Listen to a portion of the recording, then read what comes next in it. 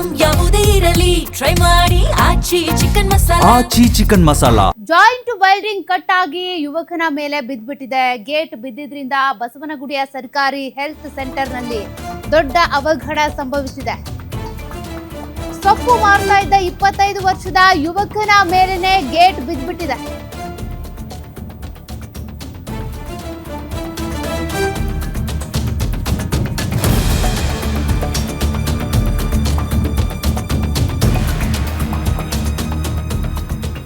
Gate ಮುರಿದು ಬಿದ್ದು ಮಧು ಎಂಬಾತನ ಬೆನ್ನು ಮೂಳೆ ಮುರಿತ ಆಗಿದೆ. ತಕ್ಷಣ ಆಪರೇಷನ್ ಮಾಡಬೇಕು ಅಂತ ವೈದ್ಯರು ಹೇಳಿದ್ದಾರೆ.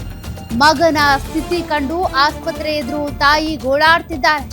ಸೊಪ್ಪು ಮಾರ್ಕೊಂಡು ಜೀವನ ಮಾಡ್ತಿರೋದು, ಇದ್ದಕ್ಕಿದ್ದಂಗೆ ಗೇಟ್ ಮುರಿದು ಬಿದ್ದಿದೆ. ಇದರಿಂದ ಮಗನ ಬೆನ್ಮೂಳೆ ಮುರಿತ ಆಗಿದೆ.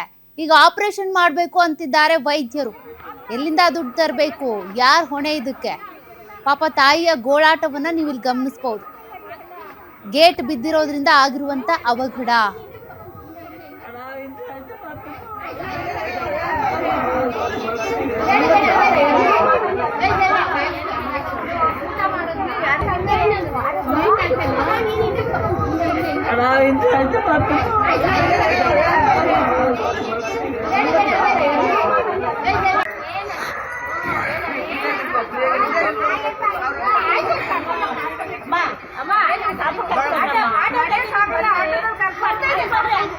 ಬರ್ತಾವ್ರಿ ಇರಿ, ಬರ್ತಾವ್ರಿ ಒಂದು ನಿಮಿಷ.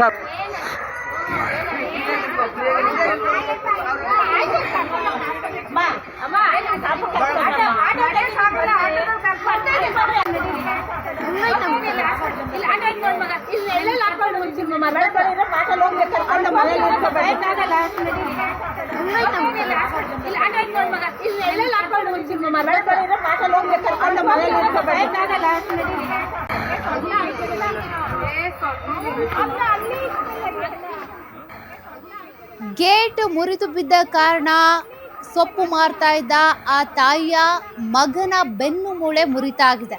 ಸದ್ಯ ಈಗ ಡಾಕ್ಟರ್ ಹೇಳಿದ್ದಾರಂತೆ ಆಪರೇಷನ್ ಮಾಡಬೇಕು ಅಂತ. ಬಸವನಗುಡಿಯಲ್ಲಿ ಆಗಿರುವಂತ ಘಟನೆ ಇದು.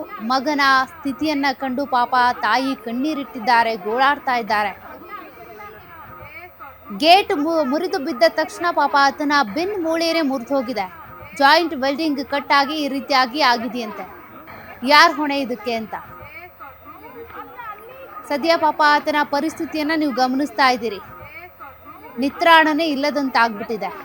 ತಾಯಿ ಗೋಳಾಡ್ತಾ ಇದ್ದಾರೆ. ಬೆನ್ನು ಮೂಳೆ ಮುರಿದೋಗಿದೆ ಅಂತ ಅಂದ್ರೆ ಶಾಕ್. ಅದ್ರ ಜೊತೆಗೆ ಡಾಕ್ಟರ್ ಈಗ ಆಪರೇಷನ್ ಮಾಡಬೇಕು ಅಂತ ಹೇಳ್ತಿದ್ದಾರೆ. ಅದಕ್ಕಾಗುವಂತ ಖರ್ಚು ವೆಚ್ಚದ ಬಗ್ಗೆ ಆತಂಕ ಇರುತ್ತೆ, ಮಗನ ಜೀವದ ಬಗ್ಗೆ ಆತಂಕ ಇರುತ್ತೆ. ಮತ್ತಷ್ಟು ಡೀಟೇಲ್ಸ್ ಕೊಡ್ತಾರೆ ಮೆಟ್ರೋ ಬ್ಯೂರೋ ಹೆಡ್ ಉಲ್ಲಾಸ್. ಬಸವನಗುಡಿಯಲ್ಲಿ ಆಗಿರುವಂತ ಘಟನೆಯನ್ನ ಗಮನಿಸ್ತಾ ಇದೀವಿ. ಇದು ಯಾವ ಬಿಲ್ಡಿಂಗ್ ನ ಗೇಟ್? ಇದಕ್ಕೆ ಸಂಬಂಧಪಟ್ಟಂತೆ ಈಗ ಯಾರು ಹೊಣೆ ಹೊತ್ಕೊಳ್ತಾರೆ, ಆತನ ಪರಿಸ್ಥಿತಿ ಹೆಂಗಿದೆ ಅಂತ? ಇವತ್ತು ಬಸವನಗುಡಿ ಬೃಂದಾವನ ನಗರದಲ್ಲಿ ಒಂದು ರೀತಿ ಹೃದಯ ವಿದ್ರಾವಕ ಘಟನೆ ನಡೆದಿದೆ.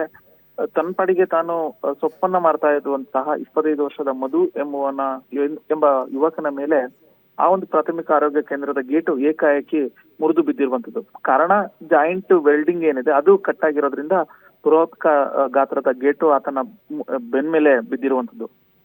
ಹೆಚ್ಚು ಕಮ್ಮಿ ಒಂದು 100-150 kg ಇದ್ದಂತಹ ಗೇಟು ಏಕಾಏಕಿ ಬೆನ್ನಿನ ಮೇಲೆ ಬಿದ್ದ ತಕ್ಷಣ ಆತನ ಮೂಳೆ ಮುರಿದು ಹೋಗಿದೆ ಅನ್ನುವಂಥದ್ದು ಸದ್ಯಕ್ಕೆ ವೈದ್ಯರು ಹೇಳ್ತಾ ಇರುವಂತದ್ದು. ಸೊಪ್ಪನ್ನ ಮಾರ್ಕೊಂಡು ಜೀವನನ ನಡೆಸ್ತಾ ಇದ್ದಂತಹ ಕುಟುಂಬ ಈಗ ಅಂದ್ರೆ ಅತಿ ಕಡು ಕುಟುಂಬ ಈಗ ಆತಂಕದಲ್ಲಿ ಇರುವಂತದ್ದು. ಯಾಕೆಂತಂದ್ರೆ ಆ ಬೆನ್ನು ಮೂಳೆ ಮುರಿದಿರೋದ್ರಿಂದ ಆಪರೇಷನ್ ಮಾಡಿಸ್ಬೇಕು ಅಂತಂದ್ರೆ ಸಾಕಷ್ಟು ಹಣ ಖರ್ಚಾಗತ್ತೆ. ಆದ್ರೆ ಅಷ್ಟು ಹಣವನ್ನ ಹೊಂದಿಸುವಂತಹ ಸಾಮರ್ಥ್ಯ ಆ ಒಂದು ಕುಟುಂಬಕ್ಕೆ ಇಲ್ಲ. ಆ ಇಡೀ ಕುಟುಂಬದ ಜೀವನ ಆಧಾರ ಅಂತಂದ್ರೆ ಮಧು.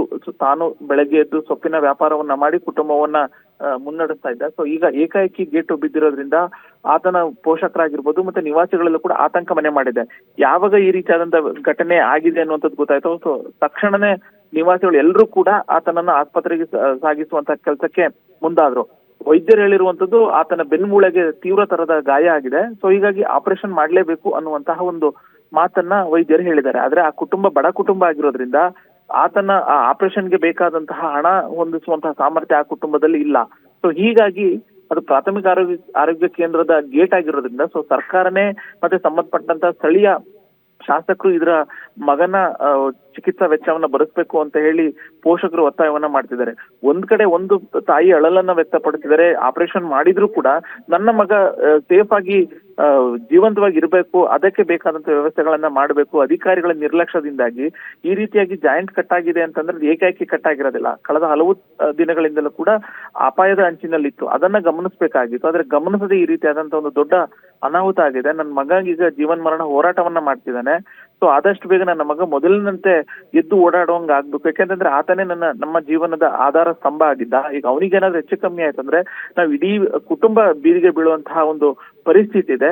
ಸೊ ಈಗಲೇ ಸಂಬಂಧಪಟ್ಟವರು ಅಂದ್ರೆ ಸ್ಥಳೀಯ ಶಾಸಕರು ಮತ್ತೆ ಅಧಿಕಾರಿಗಳು ಕೂಡಲೇ ಬೇಕಾದಂತಹ ಚಿಕಿತ್ಸೆಯನ್ನ ಕೊಡಿಸ್ಬೇಕು, ಮತ್ತೆ ಆಪರೇಷನ್ಗೆ ಬೇಕಾದಂತಹ ಹಣವನ್ನ ಹೊಂದಿಸುವಂತ ಕೆಲಸ ಆಗ್ಬೇಕು ಅನ್ನುವಂತಹ ಒಂದು ಮನವಿಯನ್ನ ಮಾಡ್ಕೊಳ್ತಿದ್ದಾರೆ. ಸೌಖ್ಯ, ಉಲ್ಲಾಸ್, ಈಗ ಯಾವ ಆಸ್ಪತ್ರೆಯಲ್ಲಿ ಆತ ದಾಖಲಾಗಿರೋದು? ಆಬ್ವಿಯಸ್ಲಿ ಹೆಲ್ತ್ ಸೆಂಟರ್ನ ಗೇಟ್ ಬಿದ್ದು ಈ ರೀತಿ ಘಟನೆ ಆಗಿರೋದ್ರಿಂದ ಆತನ ಖರ್ಚು ವೆಚ್ಚವನ್ನ ಆ ಒಂದು ಹೆಲ್ತ್ ಸೆಂಟರ್ನವರೇ ತುಂಬಿಸ್ಕೊಡ್ಬೇಕು. ಸದ್ಯ ಆತನ ಪರಿಸ್ಥಿತಿ ಹೆಂಗಿದೆ? ಯಾವ ಆಸ್ಪತ್ರೆಯಲ್ಲಿ ಆತನ ದಾಖಲು ಮಾಡಲಾಗಿದೆ? ಈಗ ಈ ಒಂದು ಘಟನೆ ನಡೆದ ತಕ್ಷಣನೇ ನಿವಾಸಿಗಳು ಅಂದ್ರೆ ಯುವಕನ ಬೆನ್ಮೇಲೆ ಬಿದ್ದಂತಹ ಗೇಟ್ ಅನ್ನ ಸೈಡಿಗೆ ಎತ್ತಿ ಆತನನ್ನ ಸ್ಥಳೀಯ ಖಾಸಗಿ ಆಸ್ಪತ್ರೆಗೆ ದಾಖಲು ಮಾಡಿದ್ದಾರೆ. ನಾವು ಸಣ್ಣ ಪುಟ್ಟ ಆಸ್ಪತ್ರೆಗೆ ಹೋದ್ರೆ ಅಂದ್ರೆ ಜ್ವರ ಅಂತ ಹೋದ್ರೂ ಖಾಸಗಿ ಆಸ್ಪತ್ರೆಯಲ್ಲಿ ಸಾವಿರಾರು ರೂಪಾಯಿ ಬಿಲ್ ಅನ್ನ ಮಾಡ್ತಾರೆ. ಅಂದ್ರೆ ಬೆನ್ನಿನ ಮೂಳೆನೆ ಮುರಿದಿದೆ ಅಂತಂದ್ರೆ ಲಕ್ಷಾಂತರ ರೂಪಾಯಿ, ಆತನ ಟ್ರೀಟ್ಮೆಂಟ್ ಗೆ ಲಕ್ಷಾಂತರ ರೂಪಾಯಿ ಹಣ ಬೇಕಾಗತ್ತೆ. ಸೊ ಅಷ್ಟು ಹಣವನ್ನ ಭರಿಸುವಂತಹ ಸಾಮರ್ಥ್ಯ ಆ ಒಂದು ಕುಟುಂಬಕ್ಕೆ ಇಲ್ಲ. ಸೊ ಈಗ ಅಲ್ಲಿನ ನಿವಾಸಿಗಳಾಗಿರ್ಬೋದು ಮತ್ತೆ ಒಂದಷ್ಟು ರಾಜಕೀಯ ಮುಖಂಡರು ಹೇಳ್ತಾ ಇರುವಂತದ್ದು, ಇಲ್ಲ ಸಂಬಂಧಪಟ್ಟಂತ ಶಾಸಕರಿಂದ ನಾವು ಅದಕ್ಕೆ ಟ್ರೀಟ್ಮೆಂಟ್ ಗೆ ಬೇಕಾದಂತಹ ಅನುದಾನ ಏನಿದೆ, ಟ್ರೀಟ್ಮೆಂಟ್ ಗೆ ಎಷ್ಟು ಖರ್ಚಾಗತ್ತೆ ಅಷ್ಟು ಹಣವನ್ನ ನಾವು ಸ್ಥಳೀಯ ಶಾಸಕರ ಮೂಲಕ ನಾವು ಕೊಡಿಸ್ತೀವಿ ಅನ್ನುವಂತ ಒಂದು ಭರವಸೆಯನ್ನ ಕೊಟ್ಟಿದ್ದಾರೆ. ಸೊ ಸದ್ಯಕ್ಕೆ ಈಗ ಆ ಯುವಕ ಮಧು ಅನ್ನುವಂತಹ ಯುವಕನಿಗೆ ಖಾಸಗಿ ಆಸ್ಪತ್ರೆಯಲ್ಲಿ ಚಿಕಿತ್ಸೆಯನ್ನ ಕೊಡಿಸುವಂತ ಕೆಲಸ ಆಗ್ತಾ ಇದೆ. ಸೌಖ್ಯ, ಓಕೆ, ಥ್ಯಾಂಕ್ ಯು ಉಲ್ಲಾಸ್ ಮಾಹಿತಿಗೆ. ನೋಡಿ ಪಾಪ, ಬಡ ಜೀವಗಳು, ದುಡಿದು ಬದುಕೋರು, ಶ್ರಮಿಕ ವರ್ಗಕ್ಕೆ ಸೇರಿದಂಥವ್ರು, ಸೊಪ್ಪು ಮಾರ್ತಾ ಇದ್ದವರು, ಅವರ ಮಗನ ಪರಿಸ್ಥಿತಿ ಈಗ ಹಿಂಗಾಗಿದೆ. ಇದೆಲ್ಲದಕ್ಕೂ ಕಾರಣ ಯಾರು? ಆ ಒಂದು ಹೆಲ್ತ್ ಸೆಂಟರ್ನ ಗೇಟ್ ಬಿದ್ದಿದ್ರಿಂದ ಹಿಂಗಾಗಿದೆ. ಅವರೇ ಖರ್ಚು ವೆಚ್ಚವನ್ನ ನಿಭಾಯಿಸಬೇಕು.